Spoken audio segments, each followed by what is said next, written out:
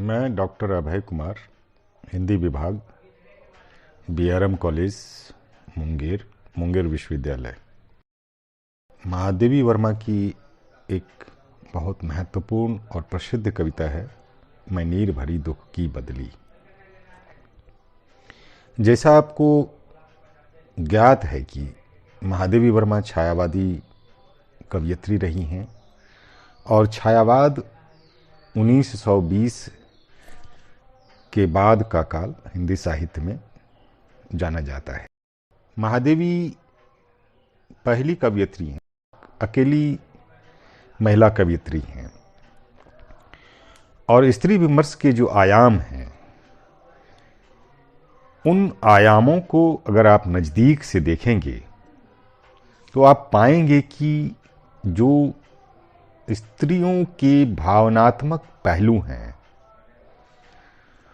उसकी अभिव्यक्ति हम उस रूप में नहीं पाते जिस रूप में एक स्त्री अपने मन में अनुभव करती है। इसे हम भारतीय संस्कृति में झिझक भी कह सकते हैं, एक लज्जा कह सकते हैं। अपनी बातों को पूर्ण रूप से नहीं रख पाने के पीछे जो एक महत्वपूर्ण कारण है, पितृसत्तात्मक समाज में उन्हीं स्त्रियों को सही माना गया है जो लज्जाशील हों और अपनी आवाज को पुरुषों के विरुद्ध न रखे। वो घुटती रहें लेकिन दूसरों को सुख प्रदान करती रहें। लेकिन यह कैसे संभव है कि एक के जीवन में दुख हो और उनके दुख से सुख की कामना करना, यह बहुत ही स्वार्थपूर्ण है।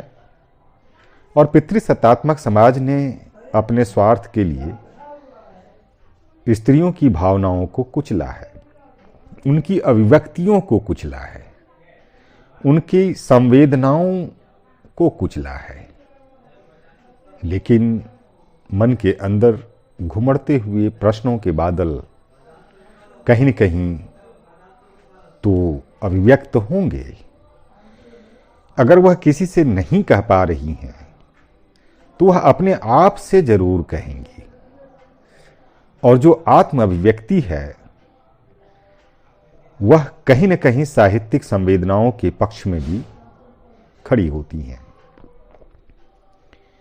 स्त्री जीवन को देखकर या फिर भारतीय संस्कृति में स्त्रियों को जिस रूप में स्थापित किया गया है, दोनों के बीच अगर हम तुलना करें तो एक तरफ शक्ति की देवी दुर्गा, धन की देवी लक्ष्मी, शिक्षा की देवी सरस्वती मौजूद हैं।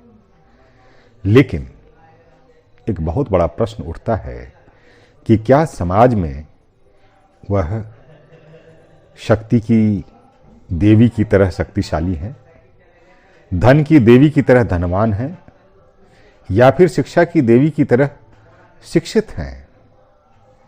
हमें लगता है कि एक बहुत बड़ा प्रश्न है। इस पर विमर्श के दौरान यह भी बात सामने आती रही है कि स्त्री मुक्ति के प्रश्न क्या शारीरिक हैं?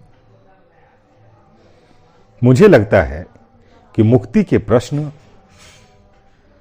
शारीरिक, मानसिक, सामाजिक, सांस्कृतिक, आर्थिक, राजनीतिक सभी संदर्भों से जुड़े हुए हैं।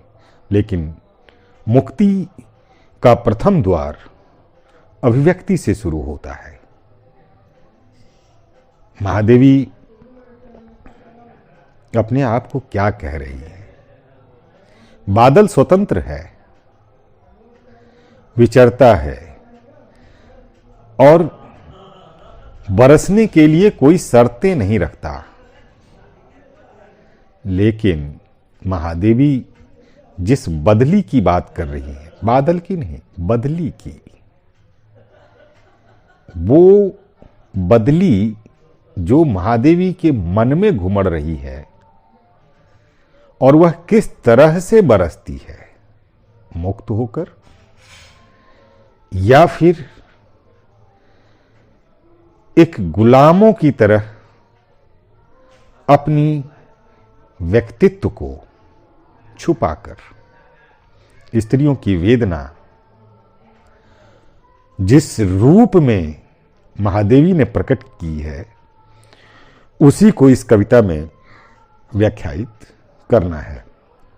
व्याख्या से पहले मैं चाहूंगा कि एक बार इस कविता को मैं पढ़ूं ताकि आप इसके भाव को समझ सके। मैं नीर भरी दुख की बदली, स्पंदन में चिर निस्पंद बसा, क्रंदन में आहत विश्व हंसा, नैनों में दीपक से जलते, पलकों में निर्झरनी मछली। मेरा पग पग संगीत भरा, श्वासों में स्वप्न पराग झरा, नभ के नव रंग बुनते दुकुल, छाया में मलय बयार पली। मैं क्षितिज भ्रुकटी पर घिर धूमिल, चिंता का भार बनी अविरल, रज कन पर जल कन हो बरसी, नवजीवन अंकुर बन निकली। पथ को न मलिन करता आना, पथ चिन्ह न दे जाता जाना, सुधि मेरे आंगन की जग में, सुख की सेहरन हो अंत खिली। और अंत में, विस्तृत नभ का कोई कोना, मेरा न कभी अपना होना, परिचय इतना इतिहास ही, उमड़ी कल थी मिट आज चली। जो अंतिम है, परिचय इतना इतिहास यही, उमड़ी कल थी मिट आज चली। यह महादेवी के मन की ही भावना नहीं है। भारतीय संस्कृति में जो स्त्री पक्ष है, उनकी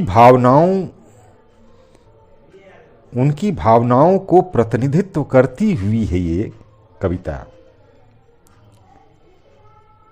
कि जो जीवन में भावनाएं पली बढ़ी और अपनी भावनाओं को अभिव्यक्त करते हुए, कि जो जीवन है स्पंदन में चिर निस्पंद बसा। जीवित हूं लेकिन निस्पंद, निश्चेष्ट, कोई हरकत नहीं है। और क्रंदन में आहत विश्व हंसा, और जब रो रही थी, आहत थी, तो विश्व हंस रहा था। नैनों में दीपक से जलते, जाग रही थी, और जागते पल में, पलकों में निर्झरनी एक धारा बह चली है। नैनों की अभिव्यक्ति आंसुओं से पूर्ण करती भारतीय स्त्री की एक व्यथा है। मेरा पग पग संगीत भरा, जिस घर में मैं आई, उस घर की मैं शोभा बनी, और एक स्वप्न लेकर मैं पहुंची। जैसा लगा कि नीला आकाश एक इंद्रधनुषी रंग के दुपट्टे को ओढ़े हुए, और हवा में एक मधुर संगीत सा बजता हुआ भीनी भीनी सुगंधों के साथ आगे चली। यह एक स्वप्न है स्त्री का। उस स्वप्न को देखना कोई बुरी बात नहीं है,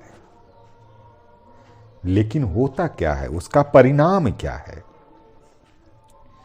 जो स्त्री अपने मन में सपनों को संजोए हुई है, एक सुनहरे पल को जीने के लिए जो अपने मन में एक विचार बुनती है, उसका होता क्या है कि जो चेहरे पे जो मुस्कान होनी चाहिए थी, अब वह चिंता की तरह लगातार अविरल धारा में बहती जा रही है। और जो अंकुर थी वह अंकुर पेड़ बनने से पहले मुरझा गई। लेकिन आत्मा अभिव्यक्ति के साथ एक नए शब्दों को भी गढ़ती है। पथ को न मलिन करता आना। देखिए, ये दे रही है, लेकिन उसके साथ जो मांग है वह उसके दुख के लिए नहीं है। आत्म दुख के साथ में पर सुख को कैसे अभिव्यंजित करना है, दूसरों के लिए जीना है। जैसे महादेवी एक जगह लिखती हैं कि मैं तुमको पीड़ा में ढूंढा, तुम में ढूंढूंगी पीड़ा। एक स्त्री अभिव्यक्ति, स्त्री मन, स्त्री का समर्पण किस रूप में इस पितृसत्तात्मक समाज को सौंपती है और उसके बदले में उसे क्या मिलता है। वह साफ कहती है कि भले तुम मुझे कुछ ना दो, बल्कि मैं कहता हूं वह देने लायक ही नहीं है, कि वह अपने आप को मिटा देती है दूसरों के सुख के लिए। और अंतिम पंक्ति, विस्तृत नभ का कोई कोना, मेरा न कभी अपना होना। ये दुख भी है और एक संतरास भी है कि जो हमारा समर्पण था, जो हमारा दुख है, हमारे दुख में कोई शामिल नहीं है। एक खीज है यहां पर, उस समाज से एक असंतुष्टि का एक पत्र है,